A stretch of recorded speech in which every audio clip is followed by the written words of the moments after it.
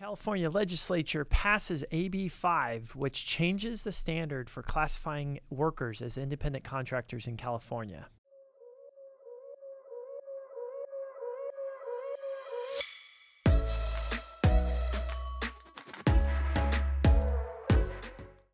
Assembly Bill 5 was passed by the California legislature here at the end of 2019, and the governor signed the bill, and it's going to have dramatic effects for California employers going forward. So the bill codifies the California Supreme Court's ruling in Dynamex Operations West, Inc. versus the Superior Court of Los Angeles. And in this case, the California Supreme Court set a new test for how independent contractors are classified under California law. This case, though, when it was ruled on by the California Supreme Court, only applied to the wage orders.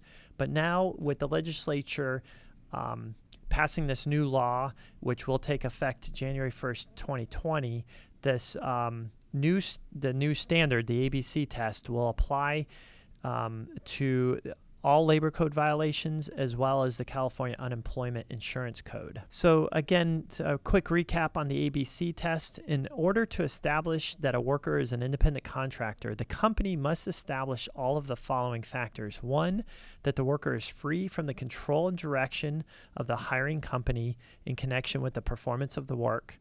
Two, that the worker performs work that is outside of the usual course of the hiring company's business. And three, that the worker is customarily engaged in an independently established trade, occupation, or business of the same nature of the work being performed. And the third factor, normally the worker has to show that they have an independent business set up and that they're getting work independently from the company that's hiring them. There's also other work for other companies. So again, this bill becomes effective January 1st, 2020, and it's important for companies that do use independent contractors to double check the classification to make sure that the classification does qualify under the ABC test as set out in the new law and in Dynamex. So the bill, AB 5, was really directed towards the ride-sharing services such as Uber and Lyft and the classification of the drivers for these types of companies. It's going to have a big impact on those industries, and from what I've heard, Uber and Lyft have vowed to pay upward of $90 million to get this issue on a ballot initiative for the California people to vote on to maybe potentially overturn the law.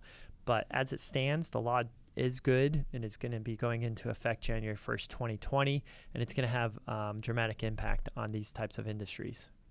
Let me know if you have any questions going forward or any suggestions for future videos. If you subscribe and like the video, that helps a lot. Thanks.